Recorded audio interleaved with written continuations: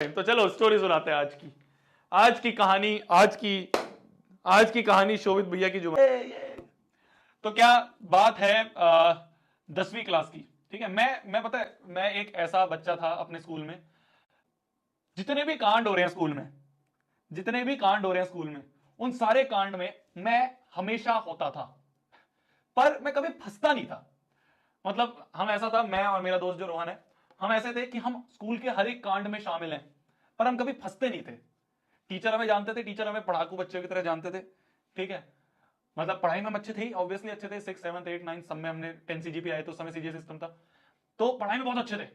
पर मस्ती भी, मतलब मैक्सिमम जितनी भी मस्ती हो रही है उसमें हम हमेशा भाग लेते थे। मतलब स्कूल के देखो, स्कूल में क्या होता है, तुम्हारी क्लास में भी होता होगा, एक ऐसी टोली होती है जो बिल्कुल बदमाशों वाली होती है ना, जिसमें सारे गुंडे होते हैं।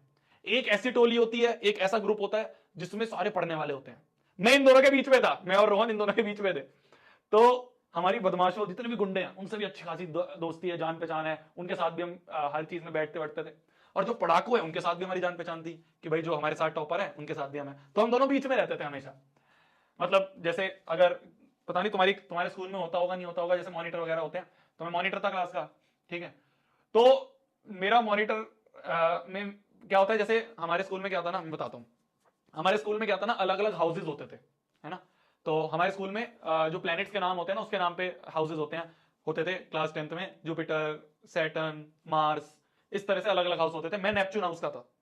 तो उन्होंने पूरे साल को ना अलग अलग हाउस के हिसाब से डिवाइड कर दिया था, कि एक महीना ये हाउस वर्किंग रहेगा, अगले महीने ये वाला हाउस वर्किंग रहेगा, उसके अगले महीने ये वाला। तो जब मेरे हाउस की बारी आती थी तो मैं क्लास का मॉनिटर होता था।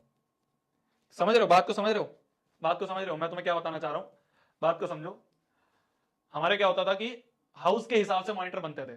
अब जितने हाउस हैं उस हिसाब से उस साल को डिवाइड करते थे, कि एक महीना ये वाला हाउस, दूसरा महीना ये वाला हाउस वर्किंग है, तीसरा महीना ये वाला हाउस वर्किंग है। तो जो हाउस वर्किंग होगा उसका जो मॉनिटर है वो मॉनिटर उस महीने के लिए होगा। तो मैं नेपच्यून हाउस का कैप्टन भी था और मैं नेपच्यून हाउस का मॉनिटर भी था क्लास का।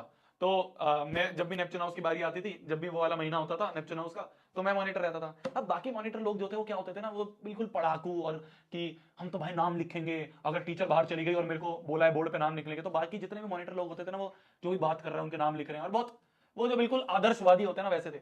मैं ऐसा नहीं था, मेरे को पता था भाई दोनों गुटों से मिलकर चलना है। जो पढ़ाकू है उनके साथ भी रहना है, और जो बदमाश है इनके साथ भी रहना है, क्योंकि मुश्किल वक्त पे यही सारे काम आते हैं ना। जब भी कोई भिड़ंत भिड़ंत हो जाए तो ये सारे टोली लेके पहुंच जाते हैं हम।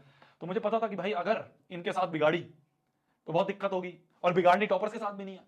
तो मेरा सिंपल सा रूल रहता था कि अगर कोई टीचर क्लास के बाहर गई है, तो मैं क्या करता था, मेरे को टीचर ने बोला कि भाई शोभित उठो, नेपच्यून हाउस की ड्यूटी है, तो शोभित उठो, आओ, जो बच्चा बात बात करेगा, शैतानी करेगा, उसका बोर्ड पे नाम लिखो।